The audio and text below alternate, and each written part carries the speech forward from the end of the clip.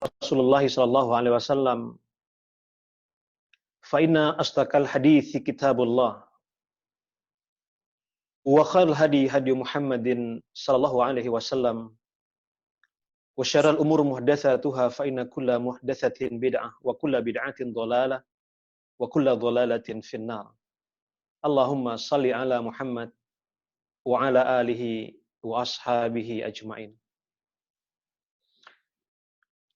Bapak dan Ibu, Saudara,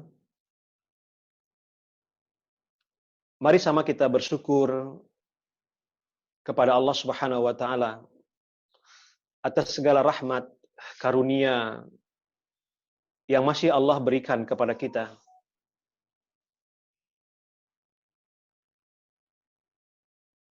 Alaihi wasallam, kepada keluarga dan para sahabatnya sekalian. Hari ini kita bertemu di dalam seminar parenting. Yang pertama yang ingin saya sampaikan ucapan terima kasih kepada Bapak Muhammad Hendra selaku Direktur Darussalam Islamic International Institute yang telah menyelenggarakan kegiatan seminar ini, dan tentu harapannya Bapak dan Ibu, kegiatan yang kita selenggarakan setiap Senin dan Kamis di jam yang sama ini dapat berlanjut tidak saja momen bulan Ramadan dan saat kita semua sedang berada di rumah. Tentu pesan pertama yang ingin saya sampaikan, mari kita nikmati materi ini. Saya memahami bahwa mengapa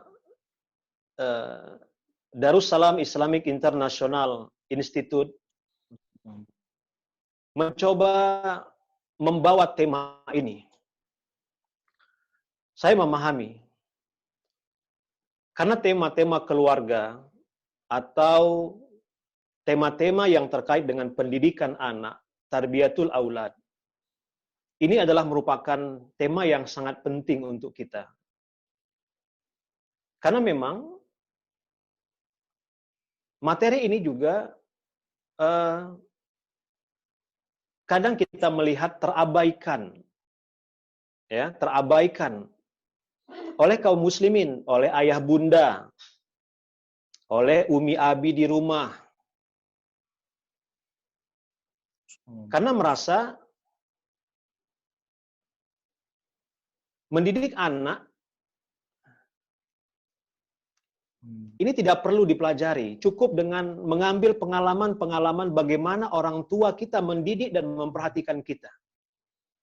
Padahal sebenarnya, Bapak dan Ibu, Saudaraku, kalau kita melihat di dalam khazanah keilmuan Islam, para ulama banyak sekali menulis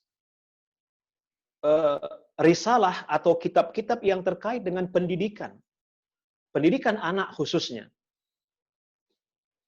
Beberapa penulis modern, beberapa kitab yang terkenal, ya, seperti Ayyuhal Walad umpamanya.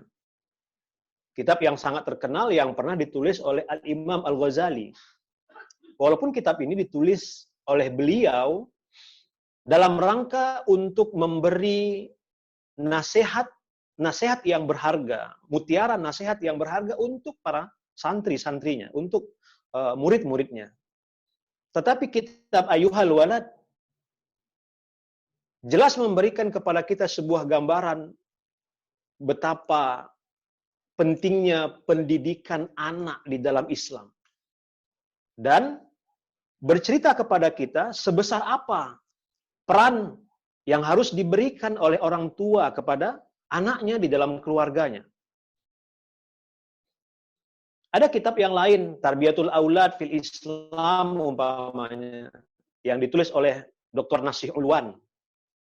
Ini juga merupakan kitab yang masyhur. Yang banyak ditulis, kitab ini banyak menjadi objek penelitian, baik disertasi, doktoral, ataupun tesis master. Ada juga kitab yang ditulis oleh Said bin Ali bin Wafil Al-Qahtani. Ya, kitabnya juga berjudul Tarbiyatul Aulad Fidoil Kitab wa Sunnah. Ada juga kitab Prophetic Parenting yang ditulis oleh Muhammad Nur Abdul Hafiz Suwaid. Nah, kitab-kitab inilah, Bapak Ibu, Saudaraku, yang menjadi rujukan saya khususnya ketika kita berbicara tentang pendidikan anak di dalam Islam. Tentu harapannya juga Bapak Ibu Saudaraku bisa membaca kitab-kitab ini ya untuk penambah wawasan dan khazanah keilmuan kita. Bapak dan Ibu Saudaraku semua, bicara tentang pendidikan anak di masa dan di saat bulan Ramadan ini, sebagai pengantar saya ingin mengatakan bahwa virus corona atau pandemi wabah COVID-19 ini memberikan pelajaran yang banyak kepada kita. Terkait khusus tentang pendidikan anak, kita baru merasakan bahwa saat inilah durasi pertemuan kita dengan keluarga itu paling banyak, paling besar, paling lama. Durasi pertemuan kita dengan keluarga saat ini memiliki durasi yang cukup lama dan cukup panjang. Kita berhari-hari di rumah. Atas nasihat, atas petunjuk, perintah dari pemerintah kita, agar kita lockdown di rumah saja. Ini memberikan kepada kita kesempatan yang besar sesungguhnya untuk bagaimana berkomunikasi dengan keluarga kita. Ya. Ini menunjukkan kepada kita ya sebuah kesempatan sesungguhnya inilah saatnya yang tepat, ataupun tidak, kita ingin mengatakan ini adalah waktunya yang sangat panjang bagi kita untuk bisa berpuas-puas di dalam memberikan pendidikan dan berkomunikasi dengan keluarga kita. Ini yang saya lihat. Ya, salah satu dari hikmah ya, wabah yang Allah telah takdirkan untuk kita di tahun ini dan kita bersamaan juga menghadapinya dengan waktu Ramadan kita. Bapak, Ibu, dan saudaraku semua, di dalam Islam, anak ini adalah merupakan tidak saja anugerah bagi kita, tetapi anak juga merupakan amanah yang Allah beri. Anugerah itu maksudnya adalah bahwa anak bukan saja kekayaan yang Allah berikan kepada kita. Betapa tidak kita memandang bahwa anak adalah merupakan kekayaan bagi kita. Karena setiap orang itu berharap ketika berniat untuk menikah atau menikahi seorang perempuan, tentulah satu yang menjadi tujuannya agar dia mendapatkan keturunan dari pernikahan yang ia lakukan. Ini juga seorang perempuan yang menerima lamaran seorang laki-laki dan kemudian dia dinikahi oleh laki-laki itu. Salah satu yang ia pikirkan bahwa ada masa, ada saat dia memiliki keturunan saat mereka mengayuh bahtera kehidupan rumah tangga. Bapak dan Ibu, saudaraku, semua para nabi dan rasul, lihat bagaimana Allah menggambarkan di dalam Al-Quran doa Nabi Zakaria kepada Allah agar dia mendapatkan seorang anak yang Allah berikan kepadanya Yahya. Bagaimana juga Allah menggambarkan harapan Nabi Ibrahim alaihissalam agar Allah memberikannya seorang anak di dalam keluarganya. Kemudian Allah bergembira kepadanya lahirnya Ibrahim alaihissalam, Ismail alaihissalam, dan kemudian lahir juga setelah itu Ishak. Yang keduanya, Ismail dan Ishak ini adalah Nabiullah yang diangkat oleh Allah sebagai nabi mendakwakan agama tauhid ini. Demikian juga lah yang Allah berikan kepada kita agar kita tahu bahwa Allah Subhanahu wa taala juga memberikan perhatian kepada kita sehingga Dia mengajarkan kepada kita satu doa penuh harap. Di dalam surah Al-Furqan, Allah Subhanahu wa taala berfirman, dan itulah doa yang Allah ajarkan kepada kita. Rabbana hablana min azwajina wa dzurriyyatina qurrata a'yun waj'alna lil muttaqina imama. Wahai Rabb kami, anugerahkanlah kepada kami. Bapak, Ibu, Saudaraku, ada dua permintaan kita di situ. Dua objek yang kita minta kepada Allah Subhanahu wa taala. Apa yang pertama? Agar kita dianugerahkan oleh Allah pasangan dalam hidup kita. Kemudian, agar Allah memberikan kepada kita keturunan yang bagaimana? Qurrata a'yun. Keturunan yang akhirnya menjadi penyejuk pandangan mata bagi kita. Dan yang selanjutnya, anak yang bagaimana? Dan kondisi yang bagaimana? Status yang bagaimana? Wajah sakina iman. Kita juga bermohon kepada Allah agar Allah menjadikan kita pemimpin bagi orang-orang yang bertakwa. Inilah makanya saya mengatakan bahwa anak itu adalah merupakan anugerah bagi kita. Tidakkah kelahiran anak di dalam rumah tangga kita itu sesuatu yang kita harap? Kita berdoa kepada Allah. Terus kita berdoa kepada Allah. Setelah dia lahir, tidak kita anggap dia sebagai beban kita. Kita malah bergembira. Ya. Kita malah bergembira dengan kehadirannya. Tangisannya menjadi hiburan bagi kita. Kebutuhan tidaklah kita pandang sebagai sesuatu yang memberatkan kehidupan kita. Seorang ibu harus bangun malam-malam demi semata-mata untuk memenuhi kebutuhan minum anaknya dengan air susunya. Dia bangun malam. Anaknya yang ngompol umpamanya, kemudian dia gantikan popoknya, tidak dipandang juga sebagai sesuatu yang memberatkan. Sehingga perlunya seorang ibu memarahi anak kecilnya, tidak. Malah itu semua menjadi bahagian dari sesuatu yang kita nikmati dalam hidup kita. Bukan saja ibu, tetapi kita juga sebagai seorang ayah. Kita menikmati itu semua. Kita menikmati tawanya kita. Kita menikmati tangisan anak kita. Kita menikmati kegelisahan anak kita. Kita menikmati segala macam tingkah pola anak-anak kita. Itulah. Makanya anak yang pertama, dia adalah merupakan anugerah bagi kita di dalam keluarga kita. Tidakkah kita menyadari, seandainya kita bertemulah dengan orang-orang, kerabat, karib kita, dengan keluarga-keluarga, apa yang selalu ditanya oleh mereka? Sudah berapa anak? Sepertinya, kita hampir tidak pernah lolos dari pertanyaan yang satu ini. Berapa anak engkau punya? Seperti kita tidak pernah lolos pertanyaan ini. Inilah ajaibnya. Seorang anak hadir di keluarga kita. Kita bertemu dengan teman, dia bertanya, berapa sudah anak kamu?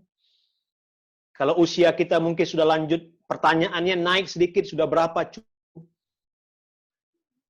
Artinya, dzurriyah, keturunan, ya, anak atau cucu, ini semua kekayaan dalam hidup kita. hampir tidak pernah lolos kita dari pertanyaan yang satu ini. Dan kita menjawabnya dengan penuh bahagia. Dan kita bangga. Kita mengatakan, anak saya 1, anak saya 2, anak saya 3. Orang yang tidak punya anak atau yang belum punya anak pun bergembira dengan pertanyaan itu. Dia nikmati. Saya belum punya anak, tetapi saya sudah berumah tangga. Itu dia ingin mengatakan, ingin menyampaikan pesan kepada orang yang bertanya, bahwa sesungguhnya suatu saat kekayaan itu akan saya miliki. Bapak dan Ibu, saudaraku. Yang kedua, anak itu juga merupakan amanah yang Allah berikan kepada kita. Amanah itu maksudnya adalah sesuatu yang Allah titipkan kepada kita yang harus kita jaga. Ya.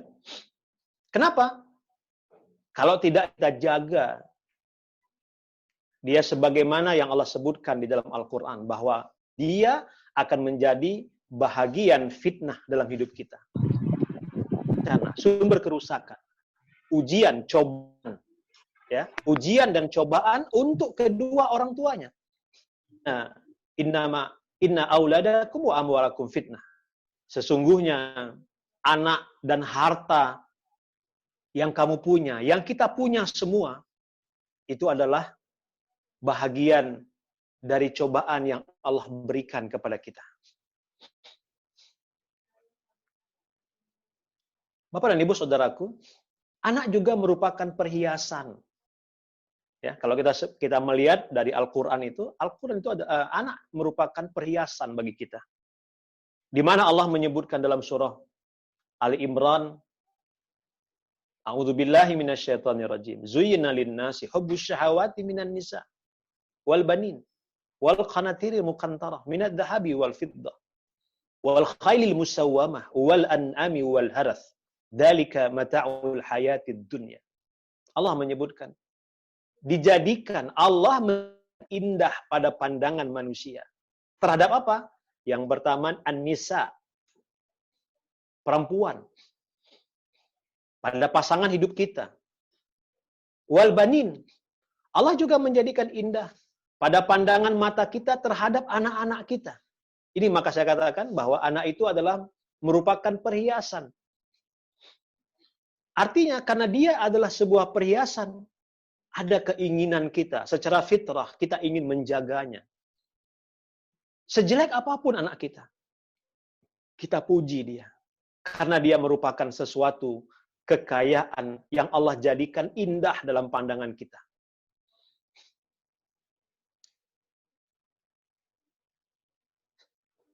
Penuh kekurangan pun, kita tetap akui dia sebagai anak kita. Kita jaga, kita rawat, kita besarkan, kita beri nafkah, dan lain sebagainya. Kenapa? Karena kita menganggap anak itu perhiasan yang indah di dalam keluarga kita. Maka dari itulah, Bapak dan Ibu, semuanya ini, apakah dia sebagai anugerah, apakah dia sebagai kekayaan yang Allah berikan kepada kita?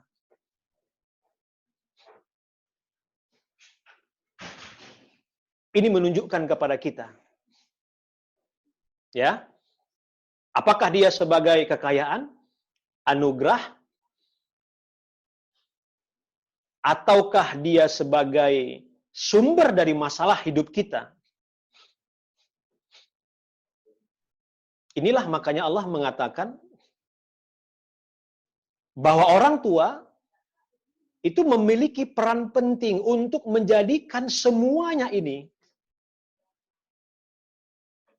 ya, menjadikan anak-anak kita sebagai orang yang soleh dan solehah. Sebagaimana doa Nabi Ibrahim alaihissalam, Rabbi habli minas salihin. Nabi Ibrahim ingat dalam surah As-Saffat, dia berdoa kepada Allah. Apa doanya? Rabbi habli minas salihin. Tuhanku, anugerahkan kepadaku seorang anak yang saleh. Allah Subhanahu wa taala mengijabah doa Nabi Ibrahim alaihissalam. Fabasyarnahu bighulamin halim. Maka kami beri kabar kepada Ibrahim bahwa dia akan mendapatkan seorang anak laki-laki yang halim, penyantun, yang saleh, yang berbakti kepada kedua orang tuanya.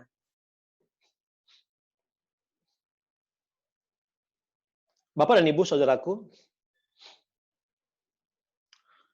sejak kapan sesungguhnya kalau kita bicara tentang pendidikan anak ini, ada sebuah pertanyaan penting yang ingin kita jawab ya.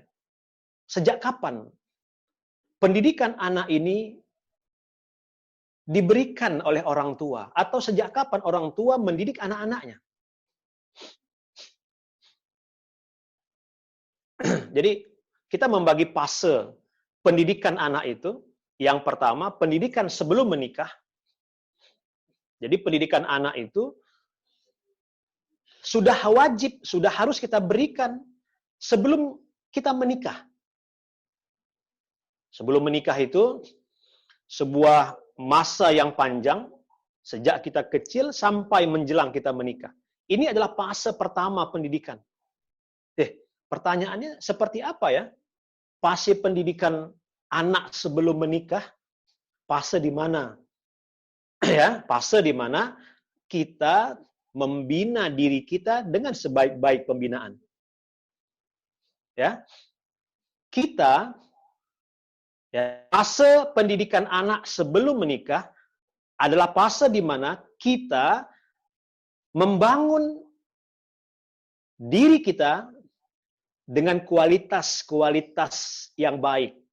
Kita bangun diri kita dengan iman, takwa, amal soleh, kecerdasan, kepintaran. Kita bangun kualitas diri kita dengan makanan yang bergizi, dengan belajar. Yang dengan itu semua harapannya, kualitas-kualitas yang kita bangun sebelum menikah, ya, ini nanti akan menurun. Karakter-karakter ini akan menurun kepada anak kita. Yang kita sebut dengan apa? Faktor genetik. Nanti kita cerita dalam kesempatan yang lain ya, tentang hal bagaimana kita membangun atau mengembangkan pola pendidikan anak di dalam Islam sebelum kita menikah. Kemudian juga pendidikan anak sebelum menikah itu kita lakukan dengan cara memilih pasangan. Jadi laki-laki dia pilih seorang wanita yang saleh, yang salehah. Ya. Dan ini adalah merupakan perhiasan dunia. Wanita yang saleh. Di mana Nabi SAW mengatakan, ad-dunya mata. Dunia ini kata Nabi, ini adalah perhiasan yang indah. Khairu mata'iha al-mar'ah as-salihah. Adapun perhiasan dunia, dunia mata, dunia ini adalah perhiasan yang indah. Khairu mata'iha, dan sebaik-baik dari perhiasan yang indah itu adalah al-mar'ah as-salihah. Yaitu seorang perempuan yang salehah. Maka pilihlah, kata Nabi SAW, perempuan itu karena 4. Perempuan itu dinikahi karena 4. Karena cantiknya, karena kekayaannya, karena keturunannya, dan yang terakhir karena agama. Pilihlah dia, kata Nabi SAW. Kenapa?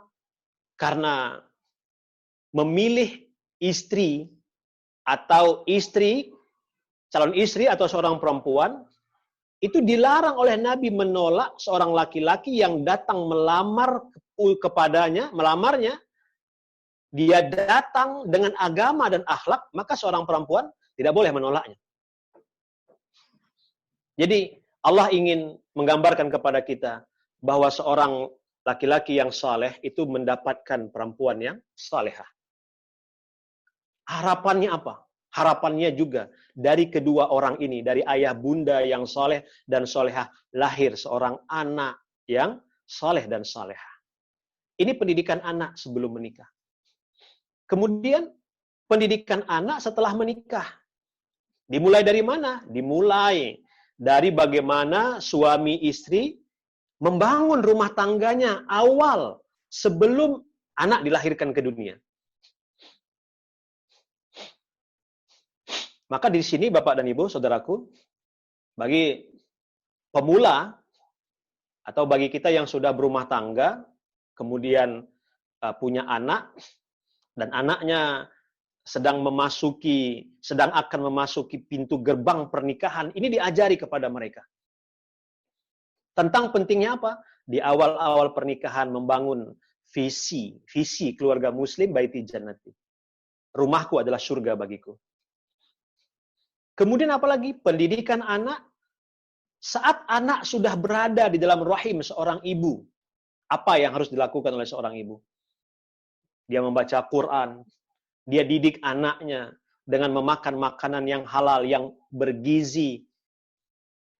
Dia bangun dirinya dengan keilmuan, dia bangun dirinya dengan kesolehan. Ayah memberi makan dengan makanan yang halal.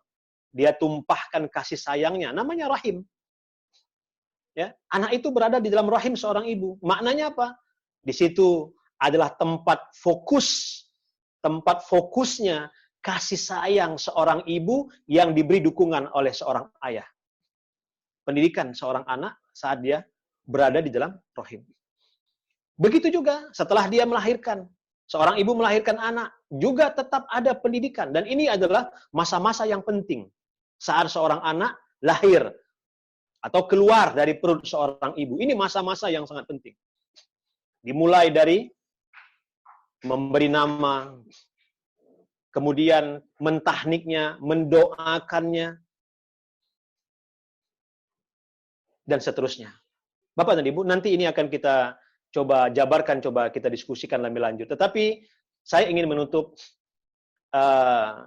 seminar ini dengan sebuah hadis, dan kemudian kita nanti akan berdialog. Bapak Ibu yang ingin mendialogkan sesuatu, kita persilakan. Dan saya ingin mengakhiri seminar ini dengan sebuah hadis Nabi SAW. Nabi mengatakan, "Kullu mauludin yuladu 'alal fitrah, fa abawahu yuhawidanihi aw yunassiranihi aw yumajjisanihi." Kata Nabi SAW, anak itu lahir dalam keadaan fitrah. Dia lahir dalam keadaan Islam, suci. Tidak ada yang mengotorinya. Ya, tidak ada yang mengotorinya. Dia suci bersih. Maka kata Nabi, fa'abawahu, maka kedua orang tuanya lah, fa'abawahu yuhawidanihi, yang menjadikan dia itu Yahudi, au yunassiranihi, atau yang menjadikan dia Nasrani, au yumajjisani, atau yang menjadikan anaknya menjadi seorang majusi. Bapak dan Ibu saudaraku, hadis ini memberikan kepada kita kesimpulan sekaligus melecut kita, ayah dan ibu di rumah, abi dan umi di rumah, bahwa sesungguhnya tanggung jawab pendidikan itu fokus ada pada kita. Maka dengan itu, mulai sekarang, mari kita menjauhi diri dari karakter atau dari memudah-mudahkan lisan kita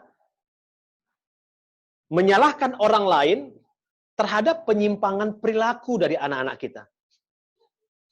Ya, kan tidak sering ya, saya ini adalah seorang guru ya. Profesi saya seorang guru mulai tahun 88. Saya telah menjadi guru tahun 88. Ya, lebih kurang sekitar berapa tahun ya? 30 tahun ya. 30 tahun lebih saya menjadi seorang guru. Sering kita mendapati atau tidak jarang kita mendapati orang-orang tua yang ketika melihat ada perilaku-perilaku yang menyimpang, yang tidak mungkin dia sukai dilakukan oleh anaknya di rumah. Maka orang tuanya ada yang mengatakan, "Nak, apa yang sesungguhnya telah engkau dapati di sekolah? Atau siapa yang mengajarimu seperti ini?"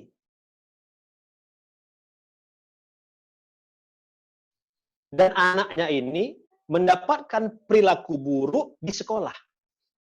Atau dia ingin mengatakan mungkin, tapi mungkin tidak berani, bahwa guru-guru yang mengajarkan ini kepadanya. Atau dia ingin mengatakan tidak berani, bahwa ada orang-orang lain, apakah teman sejawat anak-anak, lingkungan, yang berkontribusi terhadap pembentukan perilaku anaknya. Dan dia di situ ingin mengatakan, dia berlepas diri, aku tidak pernah mengajarkan ini kepadamu, wahai anakku. Kiranya ini, Bapak dan Ibu, saudaraku,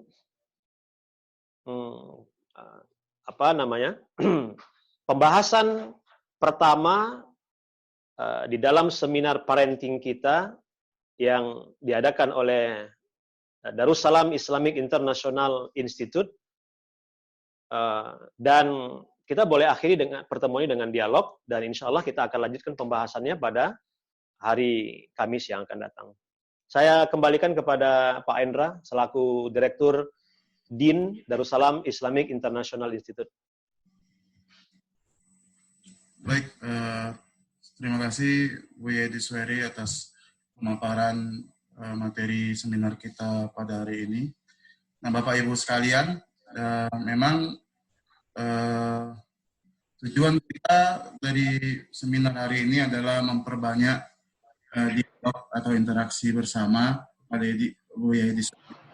Mungkin pemaparannya sedikit beberapa hal yang akan dipaparkan saat Edi. Selebihnya kita akan berinteraksi langsung, berkomunikasi langsung. Apabila ada dari Bapak Ibu yang ingin dikonsultasikan mengenai parenting kepada Bu Yedi Suheri, silakan berkomunikasi langsung. Bisa langsung saja bicara di forum ini atau melalui chat yang ada di forum ini. Persilakan apabila ada pertanyaan.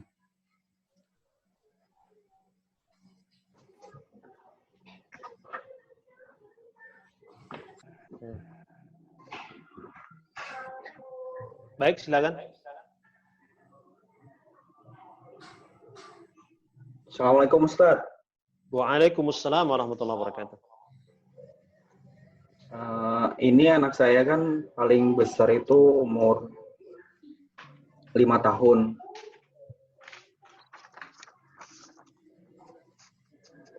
TKB. Nggak jelas suaranya? Anak saya paling besar itu umur 5 tahun, TKB. Akhwat.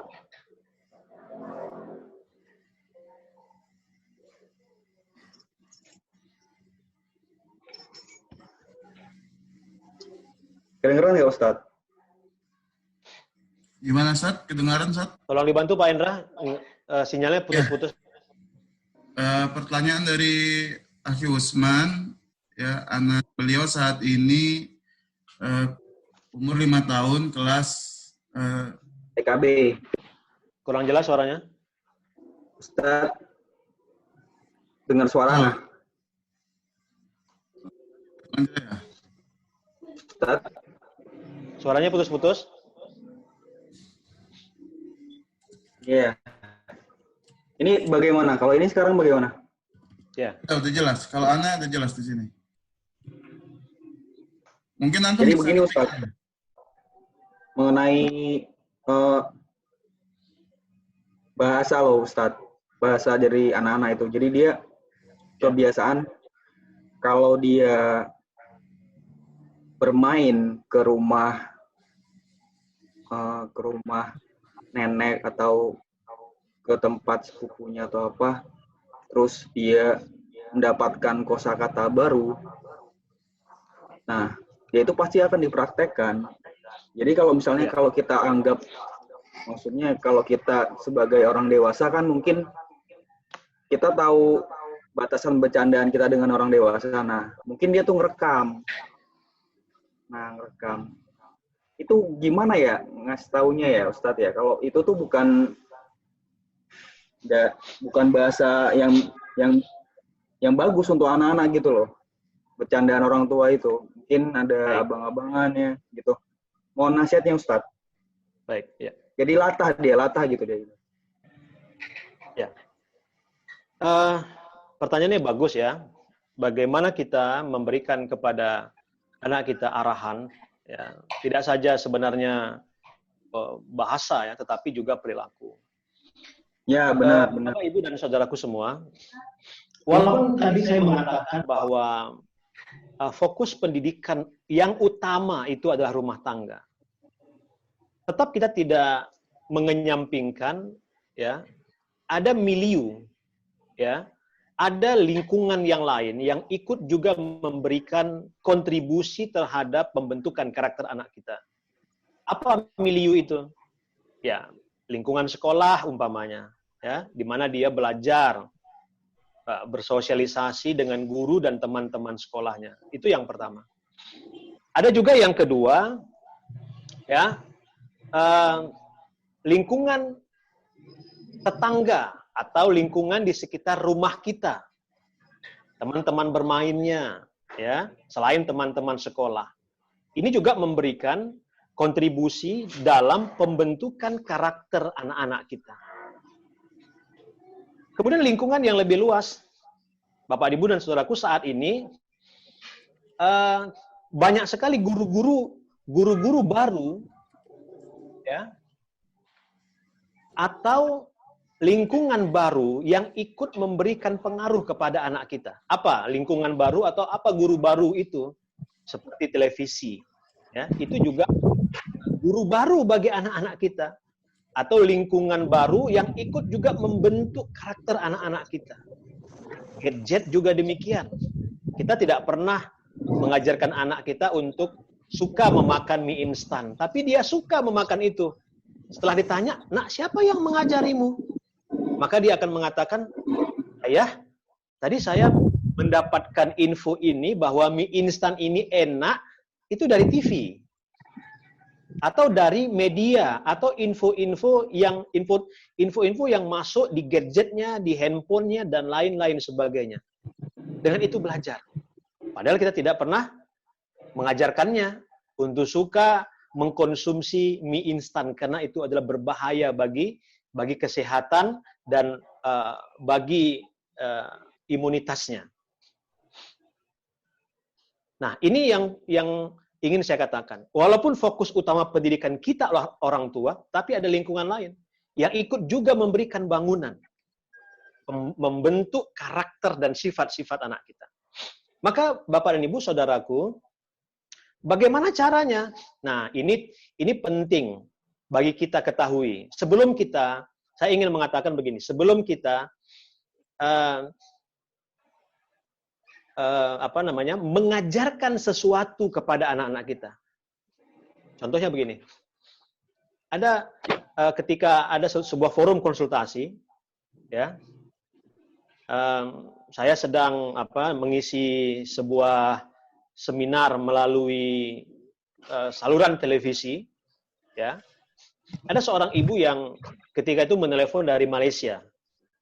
Dia katakan kepada saya begini, "Pak Ustadz, saya orang tua yang sudah berusaha melakukan pendidikan bagi anak saya.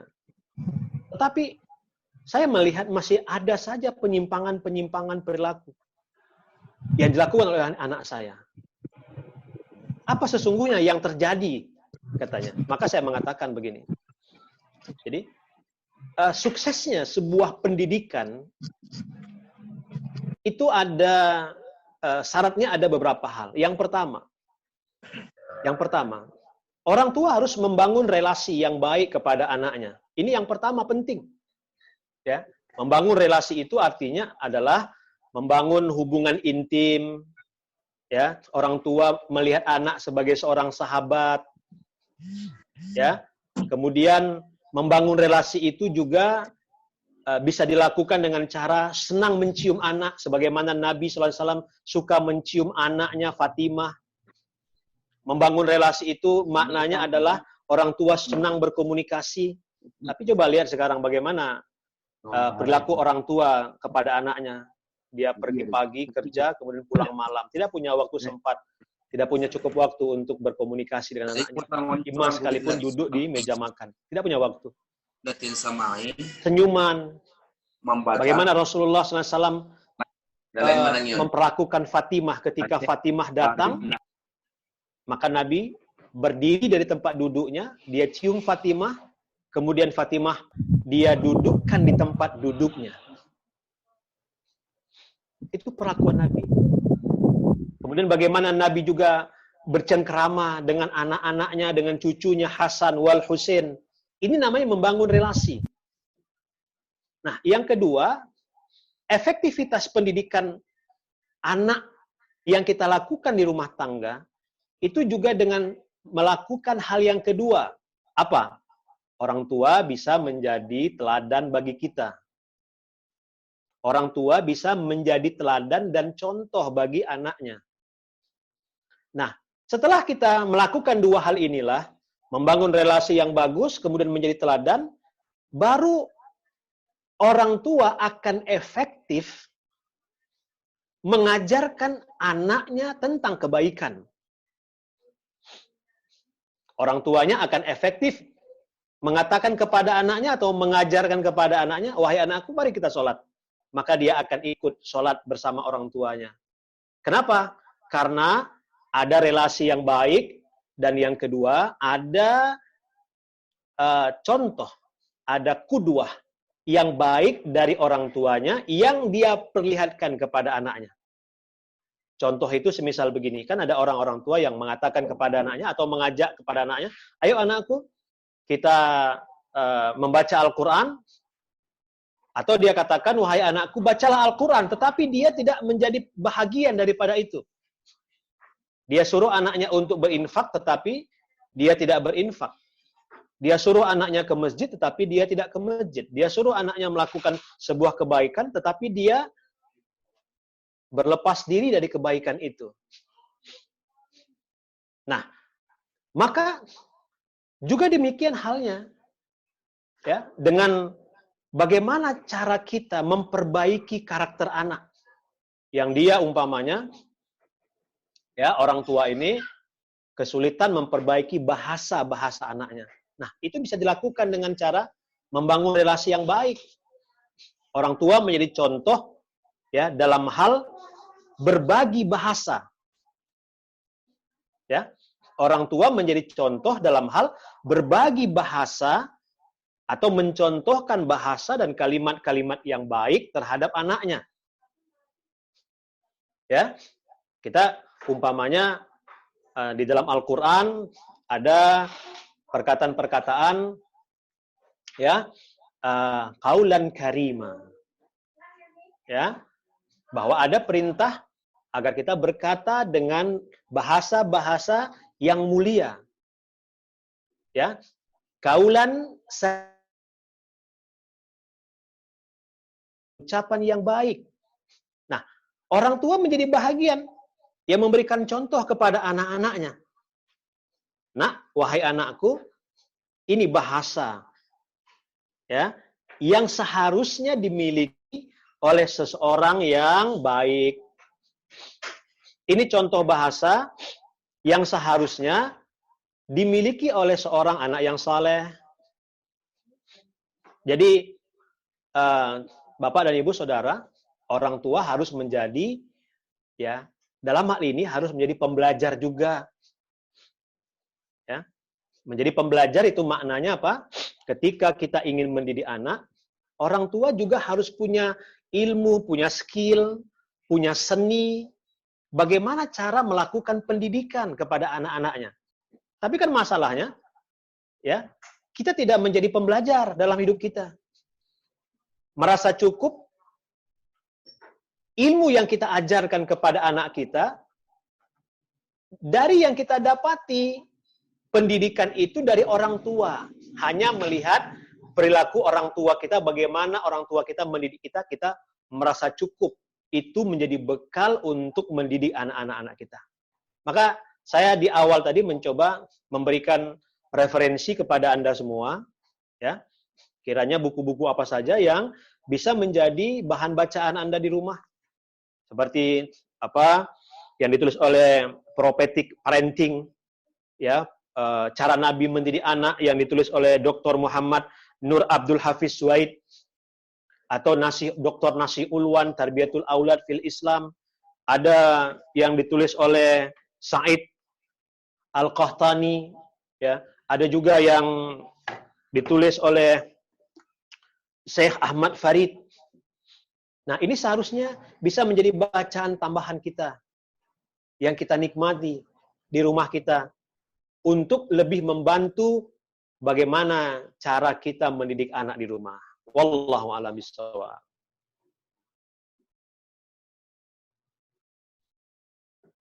Baik, dipersilakan yang lain. Pak Edi. Ya. Assalamualaikum. Waalaikumsalam warahmatullahi wabarakatuh. Ustaz, jawaban Ustaz. Jadi kan gini Pak Edi. Aku kan bertugas juga untuk memberi penasehatan kepada pengantin. Ya. Tapi rata-rata yang kita sampaikan itu kan tidak cukup untuk mereka. Bahkan banyak para pengantin itu ketika mau menikah, modal mereka itu cuma modal semangat. Bagaimana mendidik anak itu sepertinya mereka nol besar itu Bang Edi. Ya. Jadi sepertinya pemikiran dari menteri apa itu, menteri yang dari Muhammadiyah itu, Munazir, kan akan ingin membuat sertifikasi menikah itu Bang Edi kan. Ya. Nah, ini sepertinya bagus seperti itu. Seperti Abang bilang, memang kadang kita merasa cukup untuk menikah, untuk mendidik anak-anak itu dengan modal orang tua kita dulu mendidik kita. Satu lagi hambatannya, orang Indonesia ini kan kalau disuruh baca buku itu sepertinya banyak yang nggak begitu suka. Jadi bagaimanalah cara praktis untuk memberi masukan kepada calon pengantin ini agar mereka itu bisa menerapkan pendidikan sebagaimana yang Rasul terapkan. Sementara waktu yang diberikan kepada kami dalam penasehatan di kantor KUA itu kan sedikit sekali. Bahkan saya dengar pun kadang-kadang para penasehat penghulu-penghulu itu pun ilmunya minim sekali tentang keluarga sakinah itu Bang Edi, tentang bagaimana pendidikan Rasul. Seperti kerja Rodi, asal ada penasehatan gitu aja. Ya. Nah, jadi untuk diharapkan menjadi generasi terbaik yang awalnya itu berasal dari keluarga itu sepertinya masih jauh panggang dari api Bang Edi. Nah, itu bagaimana solusinya itu Bang Edi? Ya, baik, ini Ustadz juga ini ya, Ustadz Haitami Lubis. Di sini Ustadz Haitami ada yang dari Pekanbaru ya, ada yang dari Jakarta, ada dari beberapa tempat. Baik, Bapak dan Ibu, saudaraku, ini Ustadz Haitami ini dia P3N ini, Tuan Kadi kata kita. Kita tentu berpikir begini, tidak terlalu besar memang. Seharusnya harapan kita bekal atau tausiah yang kita berikan kepada pengantin baru itu menjadi bekal untuk menghadapi atau menjalani hidup mereka. Jadi ekspektasinya jangan terlalu besar. Harapannya jangan terlalu besar. Ya. Kenapa? Karena yang pertama, kita tidak menjadi bahagian inti dalam keluarga mereka. Ya. Makanya tadi coba saya awali bahwa dengan sebuah pertanyaan, dari mana sesungguhnya pendidikan anak itu dimulai? Jadi ada pendidikan sebelum menikah, ya. Itu maknanya adalah bahwa pendidikan anak sebelum menikah itu adalah bagaimana kita membekali diri kita dengan kualitas-kualitas iman, takwa, amal soleh, ya, kemudian kecerdasan, kesehatan, dengan harapan kualitas kita ini nanti turun kepada anak kita. Kemudian apa? Pendidikan anak itu juga dimulai dari bagaimana kita seorang laki-laki memilih istri. Karena apa? Karena salah satu hak anak adalah dia berhak untuk mendapatkan seorang ibu yang saleh. Apa pentingnya kita memilih seorang ibu yang soleh? Bapak dan Ibu dan saudaraku, begini, saya membaca sebuah risalah. Ya, kita laki-laki, ya, lebih banyak menurunkan, ya. Jadi faktor apa yang menurun dari kita kepada anak kita? Faktor apa? Yang paling banyak itu Bapak dan Ibu Saudaraku, itu faktor-faktor yang terkait dengan fisikal. Jadi fisik itu maksudnya begini. Kalau Bapak dan Ibu Saudaraku semua mau tahu seperti apa gambar wajah ayah saya, itu seperti saya. Hidungnya mancung, ya mungkin badannya agak berbidang, kemudian gagah lah, ganteng lah orangnya. Nah, ini yang diturunkan oleh seorang ayah kepada anaknya, hal-hal yang terkait dengan fisikal. Tetapi seorang ibu, dia lebih banyak menurunkan hal-hal yang sifatnya karakteristik. Maka jangan salah kita memilih istri, jangan salah kita memilih seorang calon ibu untuk anak kita. Karena faktor karakter itu lebih banyak, faktor sifat, pewarisan sifat itu lebih banyak, lebih besar diturunkan oleh seorang ibu, seorang istri kepada anak atau kepada keturunannya. Saya kasih contoh begini. Pada masa Umar bin Khattab radhiyallahu anhu, kebiasaan Umar itu dia berkeliling kampung dia untuk melihat rakyatnya. Suatu malam tanpa disadarinya, dia melewati rumah seorang perempuan penjual susu. Ini ceritanya masyhur sekali ceritanya. Maka ketika itu, dari luar dia mendengar, Umar mendengar dialog antara ibunya, perempuan penjual susu dengan seorang anaknya yang perempuan. Kata ibunya kepada anaknya, wahai anakku, ketahuilah bahwa sekarang ini permintaan susu meningkat. Banyak sekali orang yang meminta susu kepada kita, tetapi susu kita tidak cukup untuk memenuhi kebutuhan mereka. Bagaimana kalau seandainya susu itu kita campur dengan air, katanya. Maka apa yang dikatakan oleh anak perempuannya? Wahai ibu, katanya, jangan engkau lakukan itu. Ini adalah sebuah kesalahan dan dosa. Bagaimana jika seandainya Umar mendengar perkataan kita? Mereka tidak tahu kalau Umar mendengar dialog mereka dari balik luar rumah mereka. Kata si ibunya mengatakan kepada anaknya, wahai anakku, tidakkah engkau tahu bahwa tidak ada Umar di sini yang mendengarkan percakapan kita?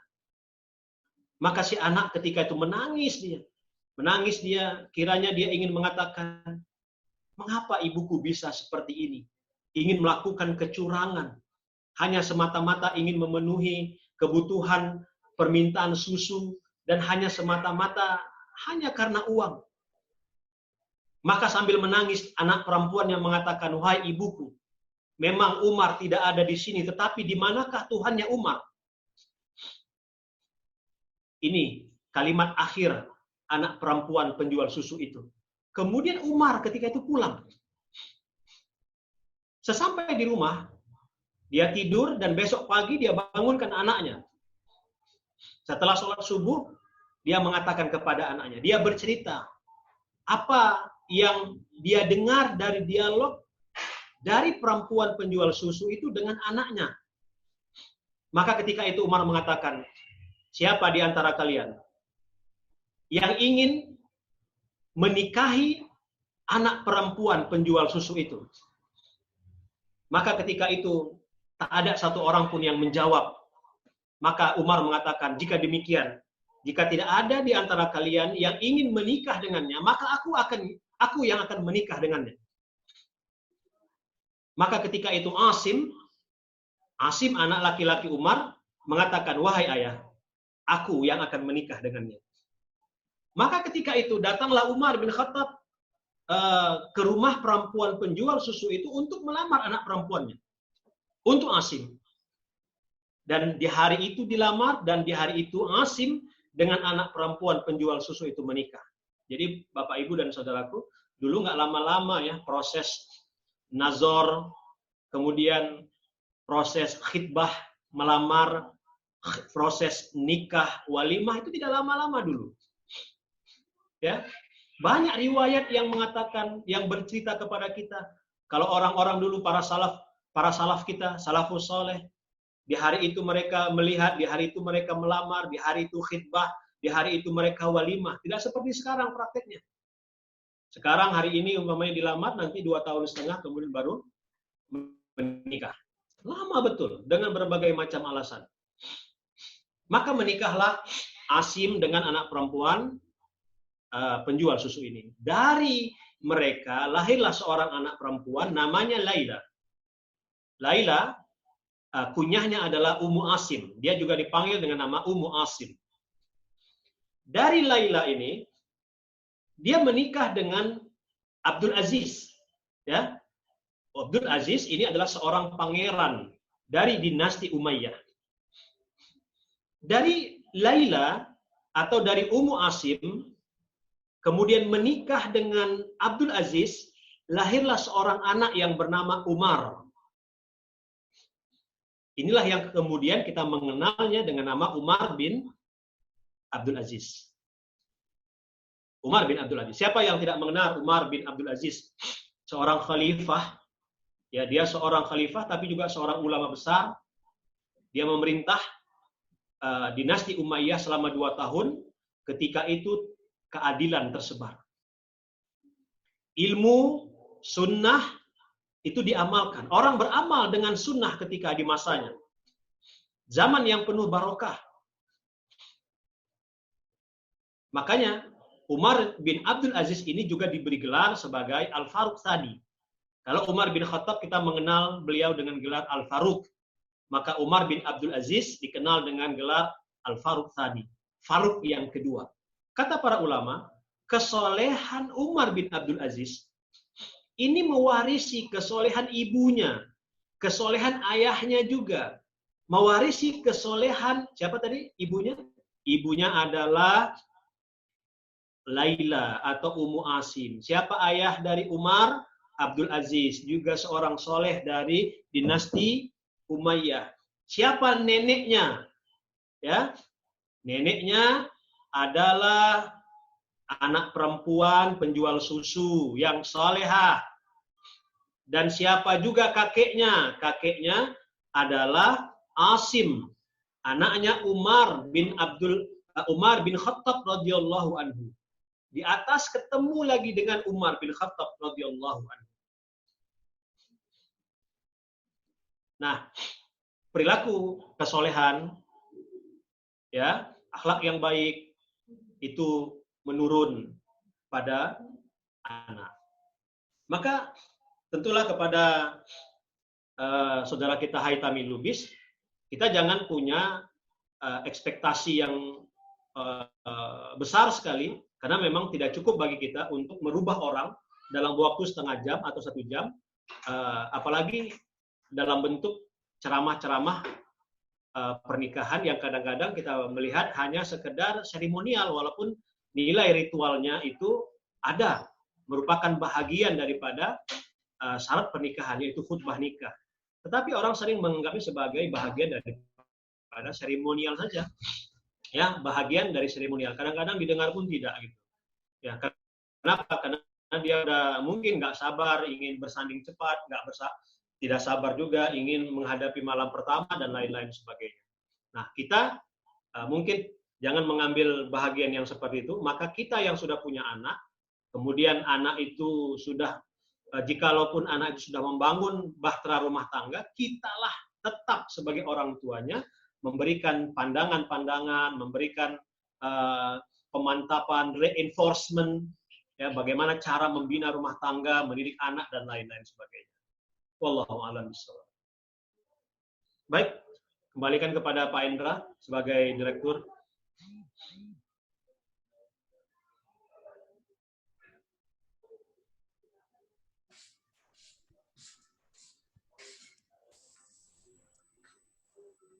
Baik, terima kasih atas pemaparannya, Ustaz. Ya, mungkin sebelum kita selesaikan sesi ini, mungkin ada kesimpulan atau penutup dari Ustaz. Silakan, Ustaz. Baik. Bapak dan Ibu, saudaraku, ini adalah bagian pertama seminar parenting kita, dan insya Allah kita akan lanjut nanti di hari Kamis di jam yang sama.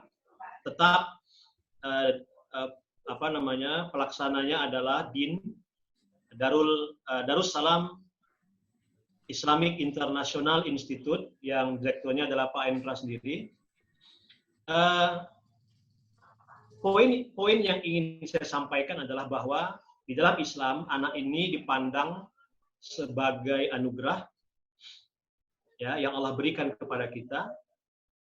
Terus kemudian dia juga menjadi sesuatu yang Allah gambarkan sebagai sebuah keindahan bagi kita. Kemudian dia juga bisa menjadi fitnah, cobaan bagi kita, dan dia adalah merupakan amanah yang Allah berikan kepada kita. Maka ini semua mengharuskan kita untuk bisa mendidiknya. Ya, jadi kalau kita lihat bagaimana perkataan Al-Imam Al-Ghazali ya, sebagaimana yang dikutip oleh Muhammad Nur Abdul Hafiz Suwaid di dalam bukunya Prophetic Parenting. Di bagian pertama, untukmu para mempelai dan pendidik sejati.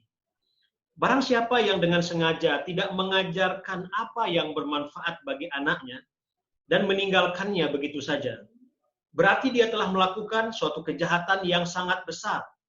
Kerusakan pada diri anak kebanyakan datang dari sisi orang tua. Itu poin penting. Kerusakan pada diri anak kebanyakan datang dari sisi orang tua yang meninggalkan mereka dan tidak mengajarkan kewajiban-kewajiban dalam agama berikut sunnah-sunnahnya. Ini sesungguhnya adalah perkataan Ibnu Qayyim Al-Jauziyah. Nah, maka dengan ini, berdasarkan ucapan ini, sesungguhnya ucapan ini diambil dari ucapan Nabi tadi. Kullu mauludin yuladu alal fitrah. Anak itu dilahirkan dalam keadaan fitrah. Maka fa'abawahu yuhawidanihi au yunasiranihi au yumajisani. Orang tuanya lah yang menjadikan dia Majusi, Nasrani, dan Yahudi. Maka Bapak dan Ibu, saudaraku semua, mari kita mengambil bahagian ini, ya, karena Allah akan memberikan ganjaran kepada orang tua yang benar besar perhatiannya terhadap pendidikan anaknya. Nabi SAW mengatakan, manit tulia minal banat bisain fahsana ilaihinna kunna lahu sitran minan nar. Orang tua yang diberi oleh Allah anak, dalam hadis ini anak perempuan, konteksnya anak perempuan, kemudian dia berbuat baik kepada anak perempuannya, maka anak perempuannya ini atau anaknya ini menjadi pembatas bagi orang tuanya dari siksa neraka.